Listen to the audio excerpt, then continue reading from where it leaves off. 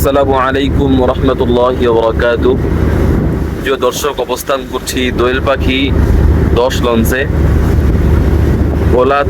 ভোলা ইলিশা থেকে ঢাকায় যাচ্ছি। নতুন সার্ভিসে আসছে দোয়েল পাখি 10। লঞ্চে ওঠার পর একটা বিষয় আমি লক্ষ্য করলাম, তাদের লঞ্চের সামনে ভাড়ার তালিকাটা সামনে লিপিবদ্ধ করে দিয়েছে, কিন্তু সেখানে ডেকের যাত্রীদের ভাড়া 322 টাকা সরকার নির্ধারিত লেখা আছে।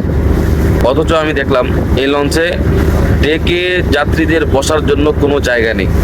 বিষয়টি আপনারা যারা উঠেছেন তারা অবশ্যই লক্ষ্য করেছেন, যারা লঞ্চে ওঠেন নাই তারা এই লঞ্চে উঠলে অবশ্যই বিষয়টি লক্ষ্য করবেন। আর লঞ্চ কর্তৃপক্ষকে বলবো, যদি যাত্রীদের ডেকে বসার জায়গা নাই রাখেন, তাহলে ডেকের যাত্রীদের জন্য ভাড়া নির্ধারিত কেন করেছেন বা কেন এটা লিখেছেন?